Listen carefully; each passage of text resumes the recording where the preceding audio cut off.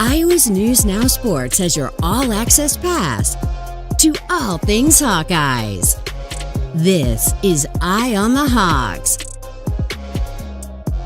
I know Jan has talked to me a few times and was like, this is what you came here for. And then when we came out to warm up, it was so loud already. The tip off, it was like my ears. I was like, I hope it gets a little quieter because I can't hear anything. Every time I looked around, I was like, wow, this is crazy. I can't believe I'm here right now. But I'm glad we got the win in front of all those people and greatest fan section there is. Lucy Olson said it. Must be true. Welcome to Eye on the Hawks, where we're going to break down a monumental and a statement win from Jan Jensen, getting her the first really marquee win of her career as Iowa's head coach. But first, before we get into the historic day that we had yesterday during Caitlin Clark's jersey retirement ceremony, got to talk about the breaking news out of the Iowa men's basketball team today, as they announced that Owen Freeman, leading the team in points, rebounds, blocks. Did I miss anything else? Those three, yep. I forget, he might be leading them in some other category, but those three categories, he's going to miss the rest of the season after having to undergo finger surgery on his right hand. Do we know when he sustained that injury practicing, or have you heard? I was trying to figure that out because I don't remember seeing that happen. They didn't include it in the press release. Admittedly, I turned off the last 10 minutes of the Ohio State game. Shocker. I don't think that came out that game, unless I'm wrong. Yeah. But no, they didn't mention it, if it happened in practice or whatnot. Yeah.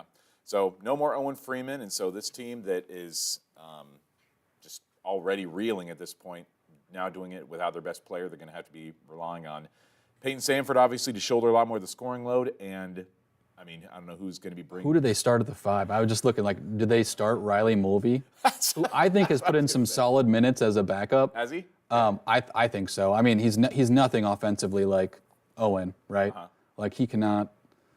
I wonder if they just go small and put Traore in there. Yeah. I don't know. It'll be interesting to see what they do tomorrow. And quite honestly, one of the toughest weeks of the year. They play both games. Next two games are at home. Number 10 Purdue coming in, and then number 17 Wisconsin on Saturday. It couldn't have happened at a worse time. I know there's some rumors floating around there. We won't get into that, but we'll have to just wait and see on that. You don't have to tell me off air about some of these rumors. I maybe am not paying attention to the same message boards that you are. The message boards are just insinuating that he's gone, but obviously no reporting, nothing official. Yeah.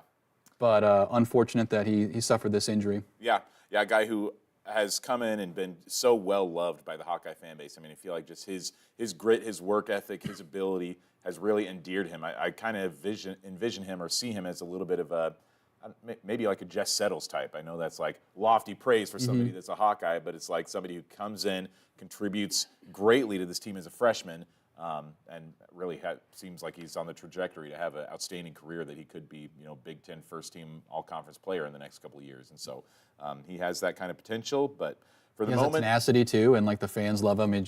He plays with passion, and a lot of times this season that has been missing from this men's team. But you hate to see him go down with an injury. Yep. Right now, Iowa is sitting in 1, 2, 3, 4, 5, 6, 7, 8, 9, 10, 11, 12th place in the Big Ten. So I know there's been some discussion, too, about their possibility of, are they going to make the Big Ten tournament or not? You've got to be top 15 out of 18 teams. They've got a little bit of cushion right now, but the 12, 13, and 14 spots are all pretty neck and neck. At the very bottom of the conference, you've got Washington and Minnesota and Northwestern. Penn State's down there, too. So Hawkeyes can still make the Big Ten Conference Tournament. Win 4 games in 4 days again.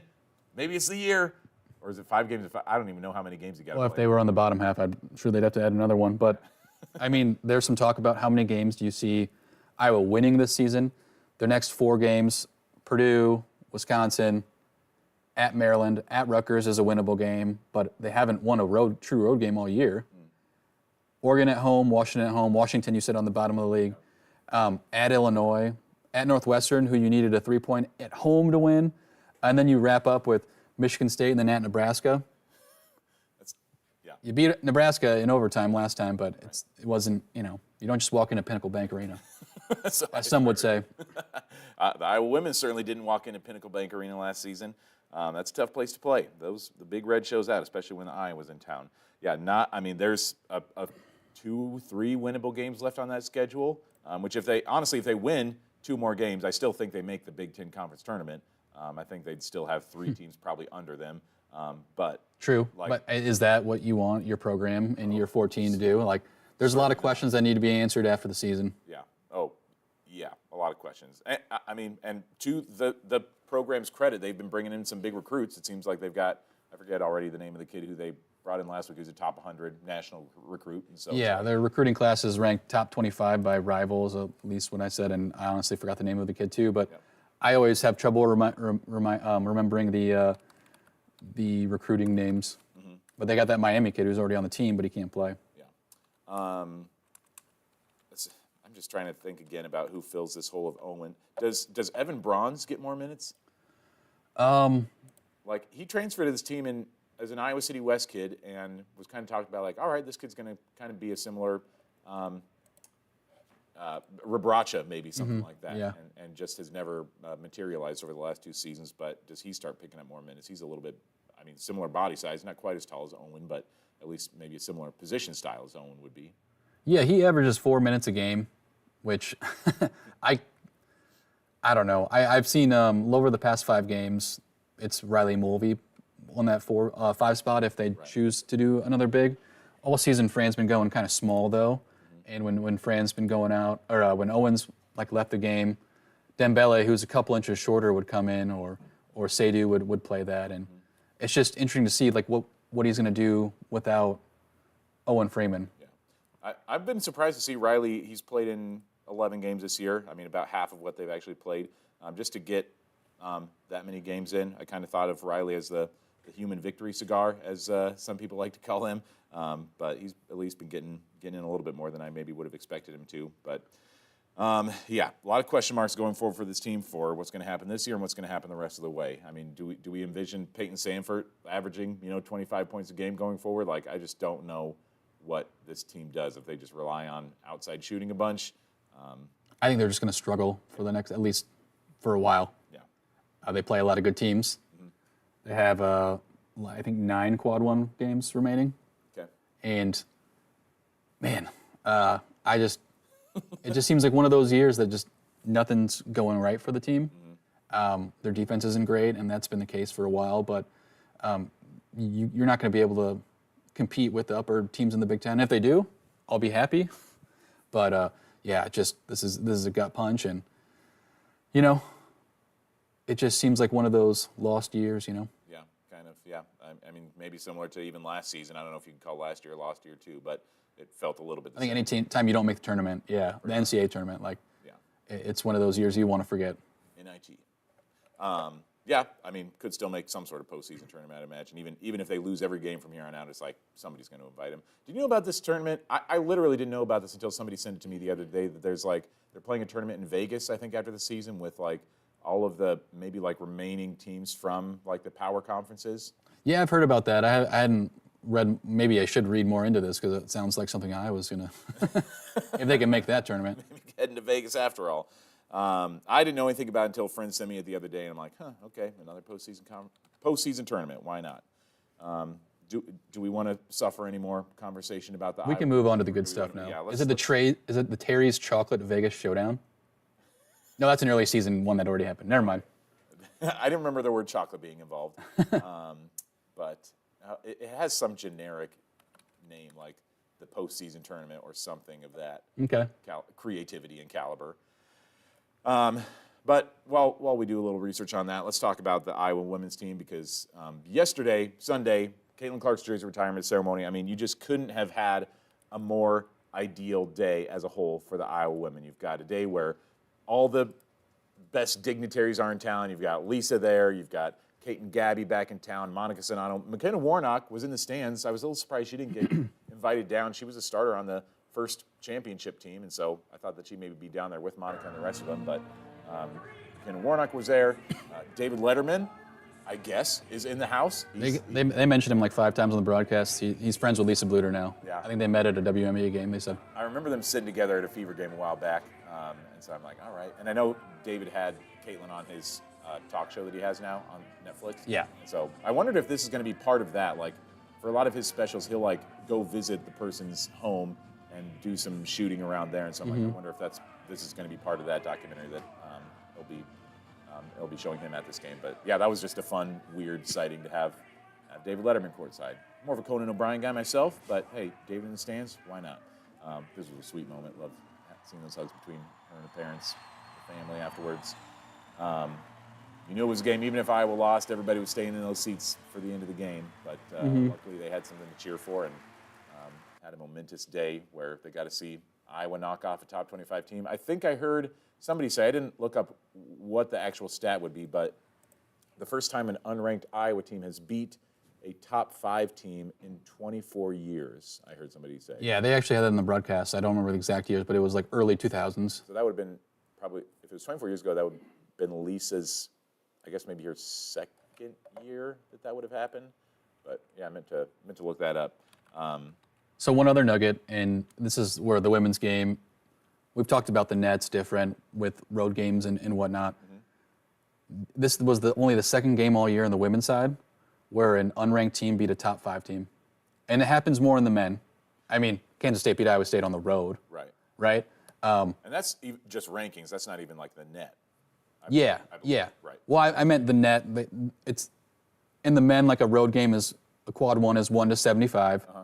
In the women's, it's 1 to 45. Uh-huh. And why that differential is so big is because I think those higher teams, it's harder to win against a highly ranked team if you're not one in the women's game. Yes. Because the talent disparity, I think a lot of the top end teams have so much more talent than maybe even in the power conference. You see it every year. I mean, you saw that when UConn was winning championships. That it's like, I mean, even in their conference championship game, they'd win it, 75 to 30 or something. Mm-hmm. They're just so much better than every other team in that conference.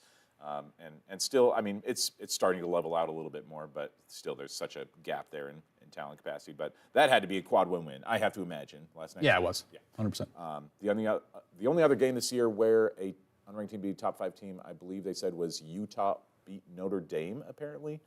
I didn't even... Really? Yeah. Okay. I didn't know that happened either. I'm like, okay, you don't say. Well, that's funny because Notre Dame was the only other team to beat USC, so like, all connects. So I was better than Utah, is what we've learned through this. But yeah, were you watching the broadcast on TV? I have to imagine Yeah, you were tuning in. I was here at the studio trying to do some social media stuff, sure. And I watched it, and yeah, it was a good call. Jason Benetti on the call. I heard about that.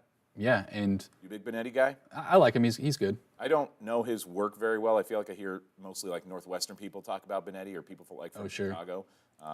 But yeah, apparently that was a big deal having him there. So that was fun to have him in the building. Yeah, I mean a pretty good broadcast. They had everything. They showed everything. I heard the jersey ceremony got delayed due to some students running onto the court. Yes. So that's all. I'm like, come on, let's pick it up. I mean, I don't know if the game itself shocked you as much as it shocked me. Maybe not. I really did think going in that I was like, I could see Iowa winning this game. I wasn't about to like put any money on it, but I was like, with the emotional investment that the Hawkeyes have in this game, I think that this could be a special day. I just feel like this is one where if all the stars are going to align, it's going to be today. And yeah, so it didn't like absolutely stun me, but yeah, it's still like obviously. What about the way it happened? First quarter, what was it, 18-1? It was, 18-1. They didn't score their first field goal until like 30 seconds left in the first. I was praying that Iowa would go into the end of the first quarter without USC scoring a bucket, because that would have been, I mean, this is hard to look up, so I didn't obviously look it up, but has that ever happened? A whole first quarter? I'm sure it has to like a bad team and a good team, but a whole first quarter without a field goal, allowing a field goal. Yeah, I bet that does happen at the college women's level. Not infrequently, probably maybe a couple times a year that you'd see that happen again with like especially group of 5. I say group of 5, whatever you call non-power 4 mid-majors. Yeah. So, do you think the crowd? You were there. Did you think the crowd made a difference? And did you see the USC fans or the USC players? Were they like impacted by like? I'm sure it's the biggest crowd either one like they faced. Not biggest, but the most raucous maybe. Raucous? Raucous, yeah. Yeah. Yeah, I mean, I don't know what kind of crowds I get for USC games, I guess. Like, I imagine they're decent. I'm certain they're not selling those games out, but I'm sure they're like decent games, especially with the star power that JuJu Watkins brings, that they're like, putting some fans in the seats. And you have to imagine too that like it's not the Caitlin Clark effect yet, but that wherever they go on the road, there's going to be more people coming to those games than your average home game. Even if they're going to Illinois or Wisconsin, there's probably going to be more people showing up to see JuJu Watkins in person. So I have to imagine they've played still in some hostile road environments, maybe not quite like the one we had yesterday. I do think the Carver-Hawkeye Arena for the women's team really does bring something special. But I don't know if I'd say that impacted them necessarily. I think that they just came out in that first quarter and just could not make a basket. I mean, it was just like that was just exactly what Iowa needed, that USC had its like worst first quarter of shooting that they've had all season, probably in a few years even. Last 2 home games for USC, they've averaged less than 6,000 fans. So. Really? Yeah. That's what almost makes me like sad about a program like that getting somebody like JuJu Watkins, because if JuJu goes to a lot of other programs, she would be selling that arena every night. I mean, if she was at Iowa, not that I'm like saying, hey, JuJu, come to Iowa, but like, oh man, you have to imagine that they'd be selling out every single game for the Hawkeyes if JuJu was there. But she goes to USC and they only get 6,000 fans a night. Come on, Trojan fans. You guys are going to say fight on, and you're only putting 6,000 people in the seats for a home game to see the best player in women's college basketball right now? Give me a break. 8,000 for Michigan. That was a ranked matchup. Okay. I got to talk to Jeff Dubroff about this. He's a USC grad. See what the story is over there in Los Angeles. I wonder if UCLA gets more, like for their games. They're number 1 right now with Kiki Rice and Lauren Betts. They got a heck of a team. By the way, circling back on one thing, so Iowa's last win, unranked win over a top 5 opponent, was in the 2000-2001 season. They beat number 5 Purdue 96-87. Love a good upset of Purdue. Maybe we'll see one tomorrow. Could be. Unlikely. I'd have to say so. But it's also one of those games, I mean, these you see happen sometimes where it's like just everybody betting against you, and it's like sometimes Iowa just shows up and then the three-pointers start falling for, Peyton and Josh, and maybe something magical happens tomorrow. Who knows? So I don't know. Did it seem like that on the broadcast? Like, you've obviously watched a lot of these Iowa women's games from the TV side. Did it seem like a more energetic, a more raucous atmosphere than even previous seasons, or just from this season? Hard to judge season to season just because there's so much time that passes. But I'd say it sounded like the best crowd all year for me. And it's one of those where you're like, I wish I would have went, forked over some cash, but wasn't in the cards for me. And it just, the whole game itself, you knew Caitlin's ceremony was gonna happen after, but the way the team gutted it out, they didn't even shoot higher than 30% from 3. Yeah. Obviously in the first quarter they were shooting a little bit better. Mm-hmm. I think Taylor had 3 threes in the first half, or 4. Yeah. Sid had one.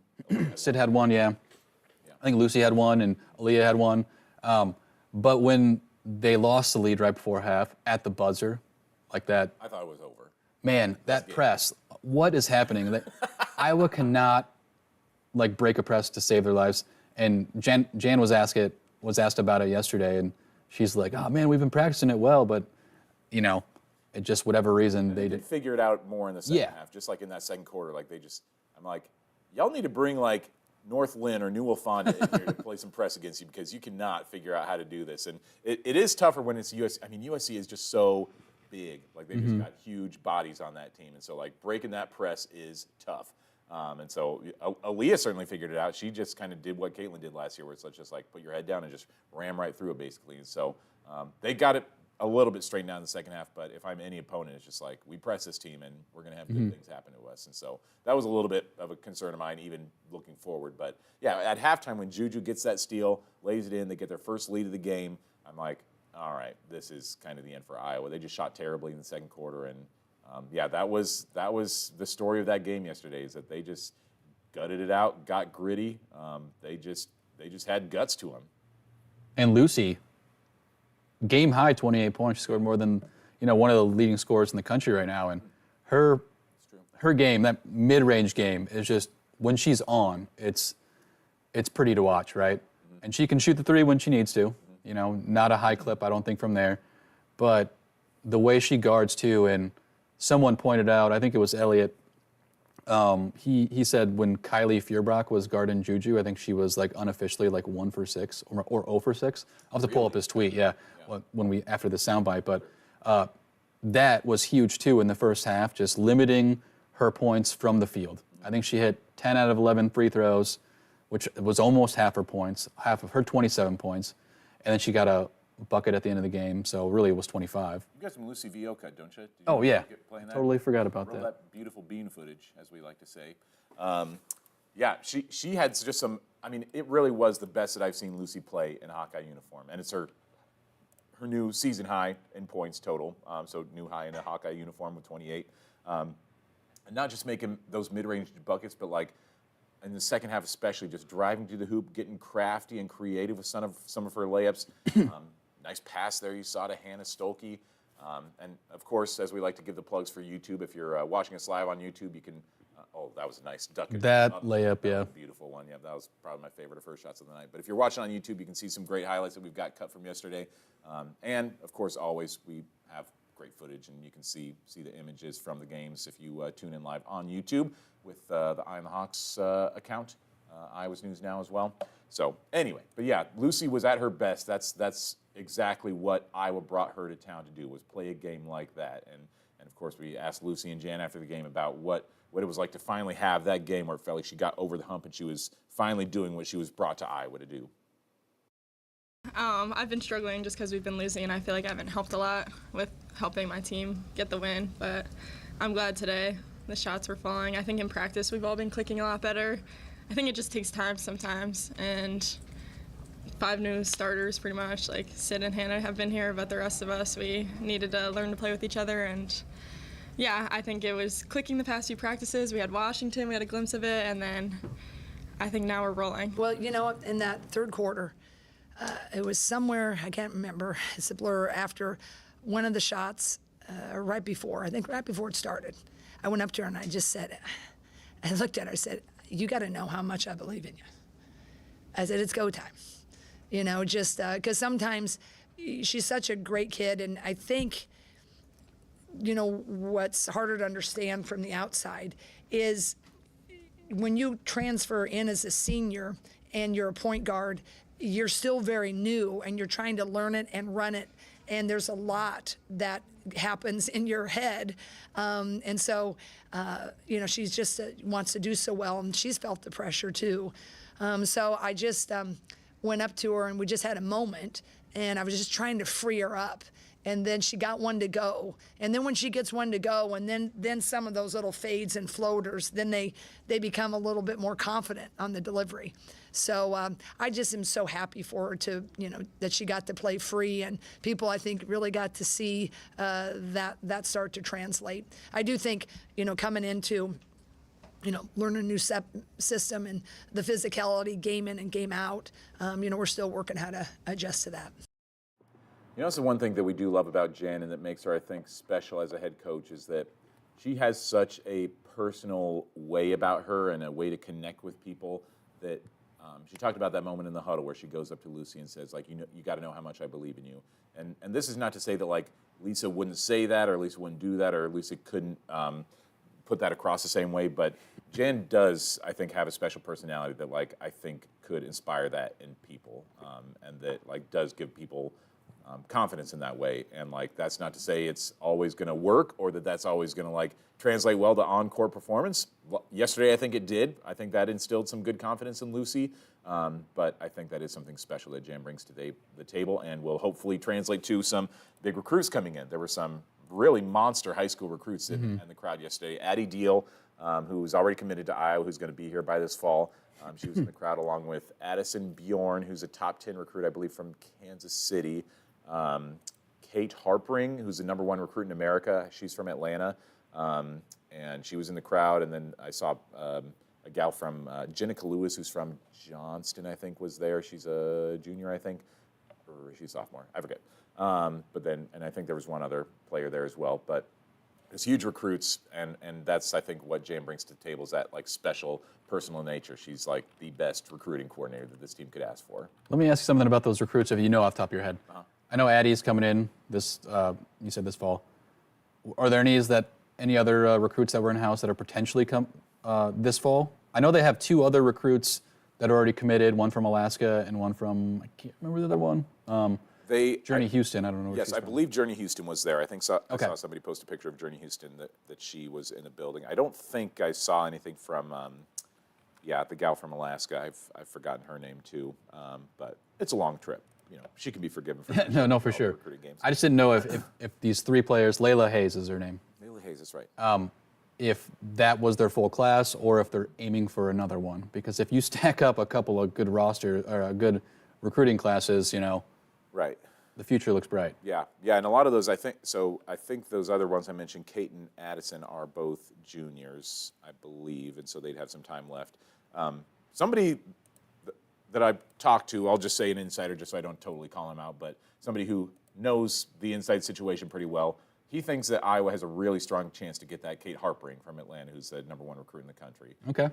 She's apparently best friends with Addie Deal, and so having Addie come here could sway her a little bit. Exactly, and as we saw yesterday, I mean, I again didn't envision that game turning out the way it did, but you couldn't have asked for a better recruiting win in terms of a game to have your recruits at, where the fans show up, sell out the place, have an incredible atmosphere. You've got an upset of #4 USC. You get a chance to see what this program does to a player that they want to honor and celebrate. And not even just Caitlin, but when you had Kate Martin and Gabby Marshall down there, people were coming up to them still and asking them for autographs. They get a chance to see what this program does to the players that they love. And so that was just such a huge recruiting game. And I don't know. This person that I spoke with said that he wouldn't be surprised if Kate in the next couple of days committed to Iowa. We're not putting that out there as being official yet, of course, but he thinks that that's a pretty strong possibility at this point. So, boy, if they start reeling in top 10 recruits like that, future is incredible for the Hawkeyes. And that kind of leads into this last soundbite I cut from Jan Jensen. I think she was asked about someone, I wasn't there, and maybe you know who it is, but someone asked if this was a season-defining win. And she said, no, there's 7 more games left. Yeah. And she kind of blended that answer with, the way Aaliyah's playing, the way Taylor Stremlo's playing, and, once Ava and Tegan get up to speed. Ava's been up to speed, but there's some games where she just doesn't play a lot. Right. Because last night Addie was playing so well. And Hannah had, was also playing well, but she had 4 fouls, so she didn't play in the fourth quarter. Yep. But you can see, and we've talked about it so much, and I almost feel like I'm being a dead horse, about the young players and heading in not to just the end of this season, but next season, how promising it is for this program. And that's why, when people started talking about Jan, once they were in the 5-game skid, was it a mistake? No, it wasn't. You just got to take a breath and let her play out her first year, as head coach. Yeah. And I never saw a lot of posts from people. I mean, again, you and Mitch are so much more ingrained in Hawkeye culture and see a lot more message board material or things from your community of Hawkeye friends. But I never really heard a lot of people saying we need to fire Jan. We got to let Jan go. I know a lot of people were saying questioning Jan. I would see more of the questioning. Yeah, just why is she messing with the rotation so much? She keeps changing the lineup. More maybe critiques of her, but not people saying this was a mistake. We got to let her go. Oh, I guess I was seeing a lot of, and you know what? Well, I don't know why I give these Twitter people, but it is sometimes you got to take the general consensus, and that's not the general consensus, but you got to take all of what people are saying and kind of try and get the feel of how fans are feeling. And I was seeing more people she was a longtime assistant. It was a mistake to give her the head job. I don't believe that, by the way. And is she in over her head? Does she not have that head coaching touch? And I do think there is a transition and a learning curve that a lot of people have to do when they make and go into a different job, especially a leadership role like that. She was already a leader on the staff, but she wasn't the head honcho. Yeah. And there was one point that I kind of was okay, I see your point, but when this program had after the last 2 years, such a momentum swing, you don't want to see them waste that and then drop back into the middle of the Big Ten, for the next 5 or 10 years. You wanted to see if they could turn into a power, which I think it's, once you look at the recruiting wins that they're having, that's when you're okay, let's be patient, let's see how this plays out, instead of trying to pitchfork and burn the whole thing down. Yeah, exactly. Yeah, and anybody who knew the game, anybody who knew this team or like had realistic expectations, like knew that the first season, this season specifically, not because of Jan, but just because of everything around it, was not going to be a top 10 ranked type of season. It's like this team just doesn't have that level of talent. They're playing in the toughest conference in the country. Like, people just need to have more realistic expectations about what this team could do. Like, their ceiling might have been hosting for the NCAA tournament, but even that was like a little bit of a lofty expectation. And so I think maybe that was the problem, that a lot of people thought, like, well, we've been to 2 straight championships, we better be a Final Four team again. Yeah. So I think that this season, I feel like I even knew, like, I don't even know ball that well, but I feel like I knew, like, okay, this team is going to be like fun and good, and they're a great group of people. But like, this is not a team that's going to make a deep run in the NCAA tournament. But to the counter, you look back, Illinois, Indiana, in the game, Nebraska and Oregon, that's 4 wins that could have swung. And if if you get 2 of them, what would the record be right now? It would be something like, if you just, out of those 4 games that could have went either way, they would be 17-5. They'd be ranked, right? Probably so. So, yeah. like, it's just the narrow margins because, like, again, in Nebraska, they had a shot to win the game. Yeah. Leah Guyton missed a layup, and she's not going to miss that the next time around. And a million free throws. Yeah, and a million free throws. Oh, my God. For both these men's women's team, the free throws just... Yesterday were not very good. I mean, they were really... No, I wanted to punch a freaking wall every time I'm watching these teams, the men included. And the Oregon game, just a massive collapse. Like, those 2 wins, and you're thinking 17-5, you're like, oh, what seed could we get up to? Yeah, like, exactly. So it is such a narrow margin in this league because it's so tough. Now, I agree with Jan, though, that this can't be your defining win because how many tough games you have left on the schedule. Yeah, and keep in mind for anybody who's watching us on YouTube Live right now, I always like to mention that you can chime in with any questions or comments that you'd like to add as well. So if you have any questions or anything we'd like to bring up here. We have one comment that said Washington was an away game, guys. I don't know if we said it was a home game, but I don't remember us talking about the Washington game at all. Yeah, maybe just bringing up that was a quality win, just being on the road against Washington. Actually, thanks for bringing this up. It had been a quad 1 win, but Washington dropped. They lost 3 straight. They're actually quad 2 right now. So are they based on what they are at the time? Yeah. Okay. No. Based off what they are now. Really? So like if you beat, well, it makes sense. Like Kansas was the preseason number 1 ranked team in men's. If they dropped out of the rankings, it shouldn't be a quad 1 win, right? It should be a whatever they actually are. When you're dictating that for like the postseason tournaments, that's the point where you look at it and you say, okay, which ones? They can come and go. Yeah. So that Washington game when they won it was a quad 1 win. Now it's quad 2. If Washington, rallies 10 straight wins, it will bump back into a quad 1. So it just, kind of depends. Yeah. Still was, that was the game that started to light this team back on fire again. I mean, it's like all of a sudden you got a 3-game winning streak. And so even though this is not, hopefully, the season-defining win, and hopefully that 5-game losing streak is not what defines this season either, it is certainly still got to think as a fan, you're liking where this team is going right now. And Jan was asked about just like what this win, what it really does mean. If it doesn't define the season, what does this win mean for the team? Certainly, I'm thrilled, grateful, thankful. I think I'll sleep a little better tonight, all the things. But what I meant is like there are, 7 games left in the season, right?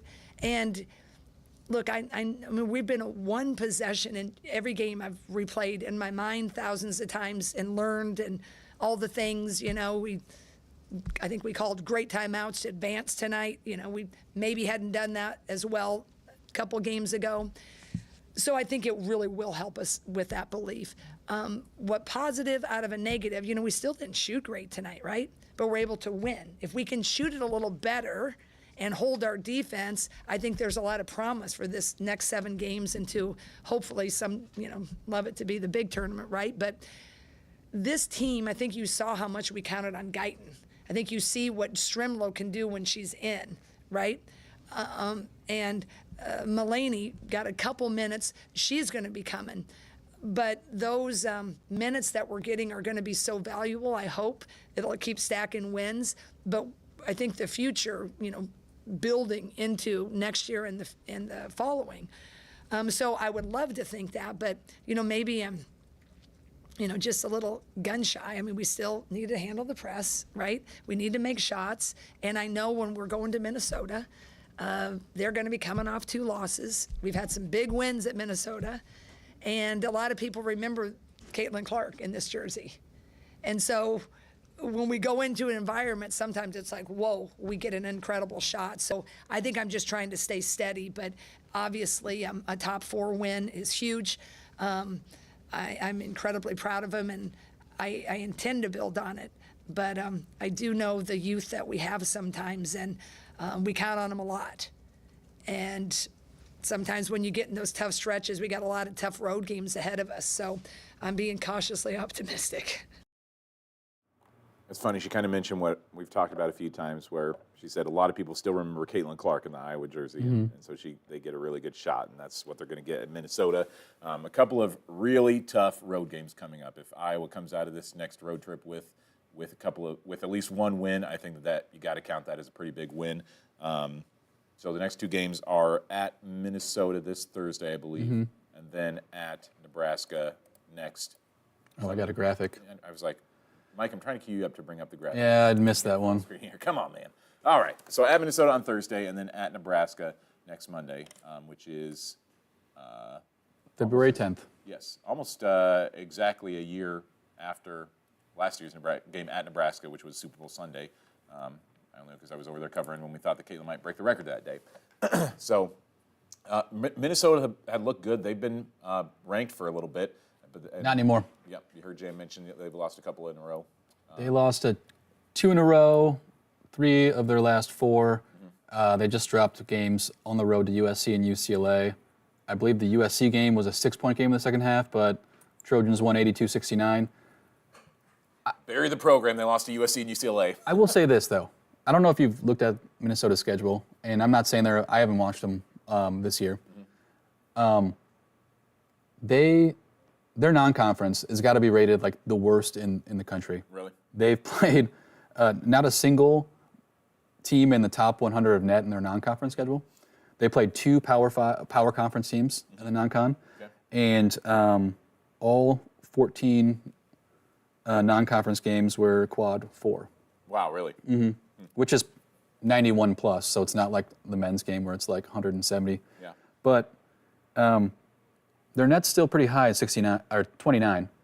I'm looking around, look at their schedule, and what is their best win? Do you think? Their Big it's Ten Illinois. Wins. Yeah, it's true. Their Big Ten wins are not all that impressive either. I mean, I don't think Rutgers is that good this year. Illinois, winning at Wisconsin isn't that impressive. Yeah, it's true. They don't. Yeah, all their losses are the ones that are kind of like the games that you would kind of expect them to lose. They played Maryland tight. They lost by 7 to Maryland, 99-92. Yeah. I'm not saying they're a bad team. I think the record's deceiving. The record, yes, exactly. Yeah, they got Dawn Plitzwet as a head coach. I got a chance to cover Dawn a lot when I was working in Sioux City. She was the head coach of the University of South Dakota, brought them to the Sweet 16 in 2021, I believe, or 22, I think that was. So they've got a great team over there, or they had a great team when Dawn was there, and so she's a great coach. And Minnesota, I think, will be a Big Ten team to be reckoned with. But that'll be an interesting game. Maybe kind of setting the stage for what either of these teams are made of. You know, we talked about Minnesota hasn't had a marquee win. I mean, Iowa does now, but like, can they keep it going? And if they beat Minnesota, it's like, all right, this team's. I mean, they've already won 3 in a row. 4 in a row would be nice. Sure. Game in Nebraska next week. Would you stack up though, like Iowa, Virginia Tech, Iowa State? You know, better maybe Drake throwing, because I don't know how well Drake's doing actually. But would you put those wins like better than Illinois? I guess Iowa lost to Illinois, so. So like you're saying, if I just think Iowa has the best win obviously of the 2 teams, and we're splitting hairs. I guess we'll see it in like a few days. That's the thing. I mean, I think that Iowa has at least 3 wins better than any win that Minnesota has on their schedule. That's what I was asking in a poor way. Virginia Tech, Iowa State. Even you and I, it's like you and I might be better than most of the teams that Minnesota's beat this year.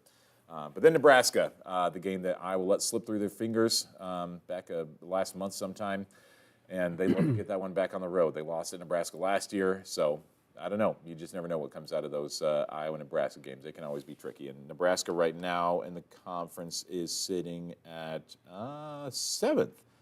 They're 7-4 in the league, 16-6 overall. Yeah, they just believe they dropped a game last night that I was kind of surprised at. They lost to Indiana by 16. They've lost 2 of their last 3. So, I mean, that Nebraska team is beatable. I believe in that Iowa game, they made every shot in the fourth quarter, something like that, or like the final 6 minutes, they made every shot they took. And so, as long as that doesn't happen again, this team is beatable. They have a few more good. They beat number 20 Michigan State. They lost to a few ranked teams in their conference/non-conference. They lost to Creighton. So, Nebraska's a solid team. But yeah, either way, if Iowa comes out of that with at least 1 win, I think that is continuing to boost their resume. My projection right now is I still wouldn't say that they're a lock for the tournament. I think that if Iowa wins 4 more games this year, no matter who those opponents are, I think they're into the tournament for sure. 4 more games, huh? So what's that? 19 and 10 final record? Yeah, and then even a Big Ten conference, maybe win and a loss, you'd beat 20-11 or so. Because I'm like, you could beat, let's say, even like you lose these next 2, you've still got Rutgers you could beat, you've got Michigan and Wisconsin, and then let's say you win one of these next couple of road games. Then if that's the case, your 3 losses would be to UCLA, at Ohio State, who's top 10, and at, let's say, Minnesota or Nebraska. I think that still is a pretty good resume. If you've been able to beat a number 4 team in USC, that 5-game losing streak is well behind them at that point. I think that the tournament committee would give them a lot of favors. So what games did you have them winning in that? I'm just saying, like, at bare Rutgers, minimum, Wisconsin, and then 2 others? Yeah, Rutgers, Wisconsin, Michigan, and one of these next 2 road games. Got it. Yeah. That would give them 3 quad 1 wins on the season. I think I could see that happening. Would you like an 8 or 9 seed or 7 seed, Probably something like that? Yeah, something in the middle where it's going to be tough to win a second round game. Right. Yeah. Yeah. Yeah. No, that's fair. I think that, like, if they can reach the 19-win plateau, no matter who the wins are, I think that gets them in. Because then you've got the Big Ten tournament where hopefully you win at least 1 game. Do you think this team is talented enough to maybe go on a tear and win like 5 or 6 of the last 7 games? I mean, I think I was saying this about USC, so take my opinion, with a grain of salt. I have a hard time believing they will compete with UCLA just because Betts is so good and that whole team is so good. Yeah. But outside of those 2, Ohio State too will be tough. Really good. Yeah. I have a hard time seeing them win more than 5 games in the regular season for the rest of the way. I just have a really hard time seeing them beat UCLA or Ohio State. I mean, they could get Betts into foul. That's going to be another just bonkers environment when they host UCLA, assuming that the Bruins are still number 1 at that time. And at Ohio State, those are tough ones. I think it's possible if they do, though, like win the next 2 road games, beat Rutgers, lose to Ohio State, UCLA, beat Michigan and Wisconsin. That'd be an excellent finish to the season. I don't know if it's likely, but I could see it happening. Here's a weird scheduling quirk. Do you know when that Ohio State game tips off? It says 11 a.m. 11 a.m. on a Monday. What is this about? Can you explain this to me? Is that President's Day? They had games early on MLK Day, so. Is that it? Maybe so. I don't know if it's one of these It is games. President's Day. It's a. Oh, you know what? Is it one I of think I these know what it is. It's one of those school kids' kids. days? Yeah. There's schools off, and they're. I didn't think they did that for, like, games that mattered. Yeah. Like, Iowa State usually does that for, like, their first game of the year when they're playing, like, Jackson State or somebody who won 2 games the season before, like somebody that they know they're going to beat by 40. But I didn't think, like, for an actual, like, potentially ranked matchup that they would pull something like that. Yeah, I got to assume that there's a lot of schools in Columbus with a day off, and they get to go to the game. You get a day off for President's Day? We don't. Not a federal holiday?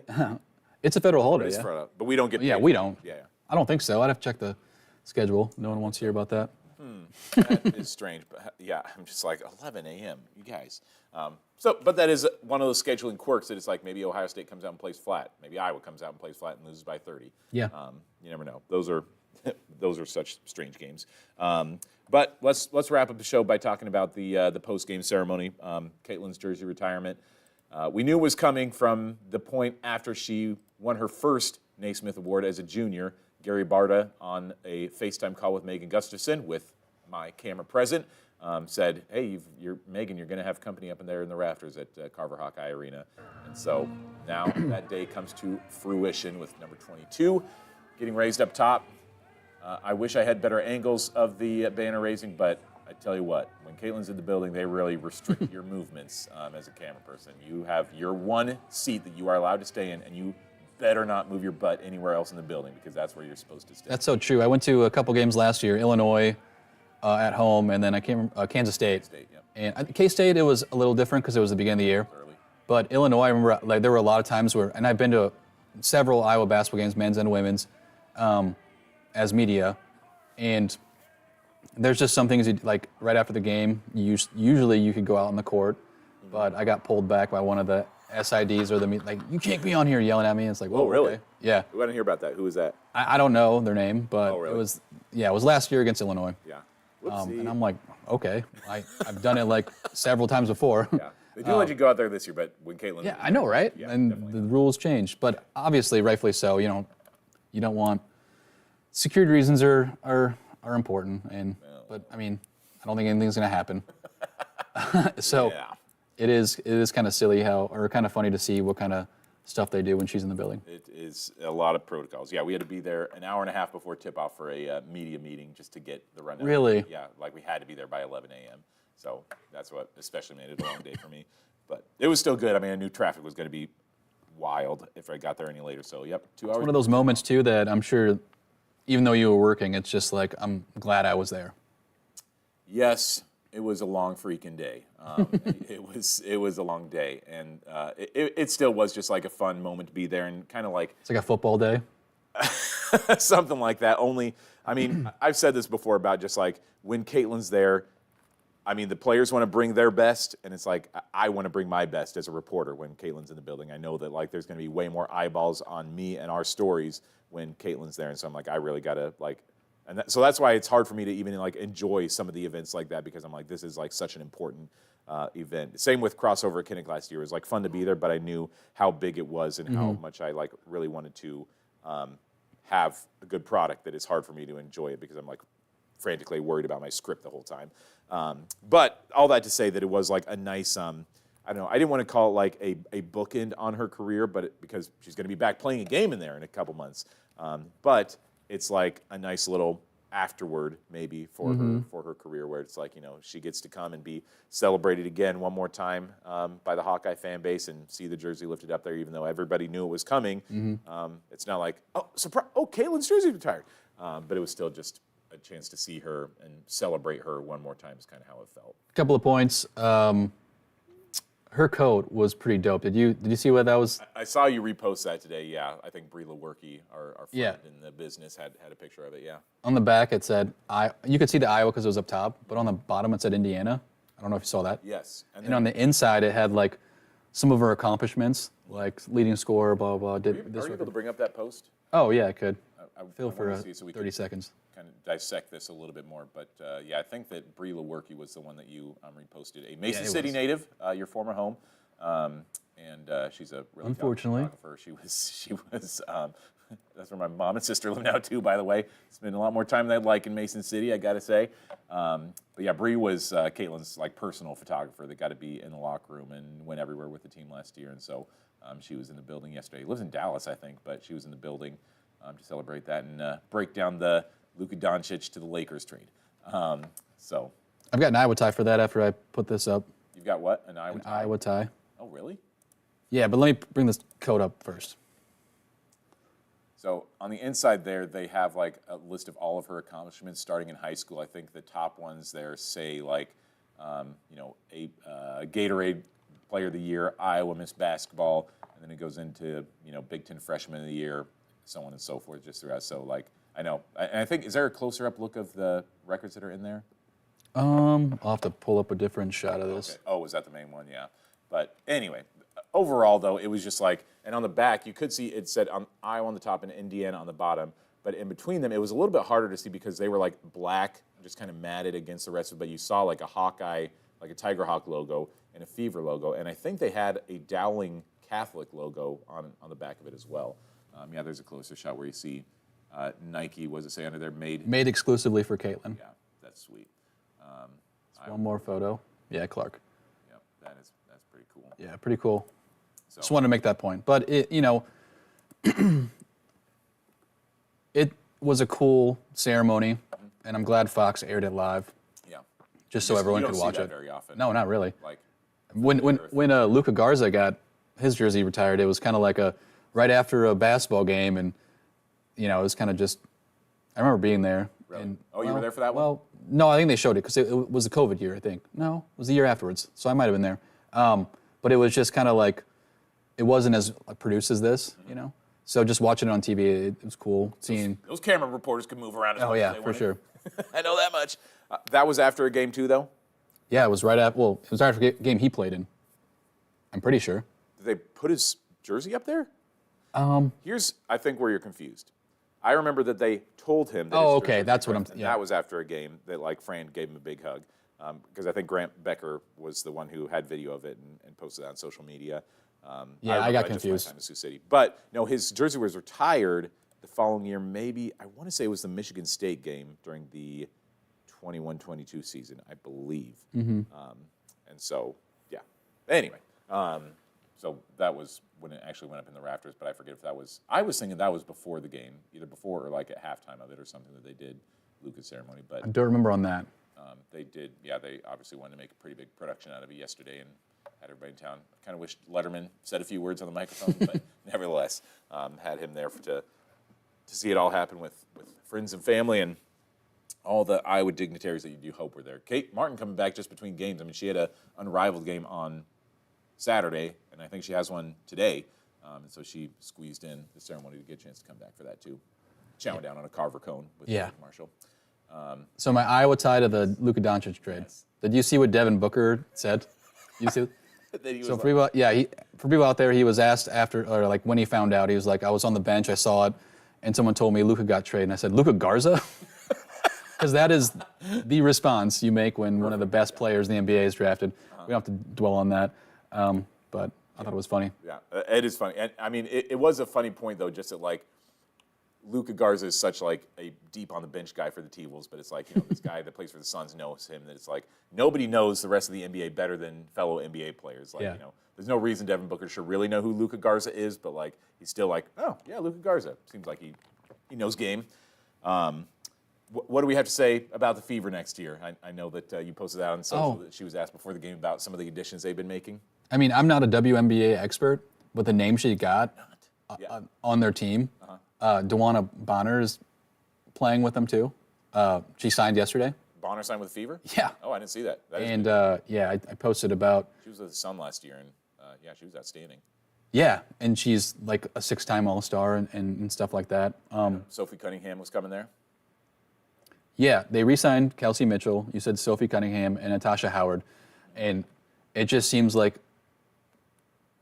obviously a way better roster than they had last season when they made the playoffs. Yeah. But I mean, who am I to say? I don't watch the NBA as much, but I know Rebecca Kopelman, who was at the game yesterday, our meteorologist here. Yeah, she got tickets. She was up there. She watches a lot more WNBA, and she is super excited. So. I mean, these are names that I've heard, and obviously, when you look up their stats, they're pretty darn good. Say it. Say the swear. I'm not going to. But, yeah, I mean, like, the Fever look like they're in to win it. That's a title-contending roster, for sure, Yeah. I would say. I must have missed the DeWanna Bonner news in the midst of everything else going on. I knew about Sophie Cunningham. I saw it today about Natasha Howard.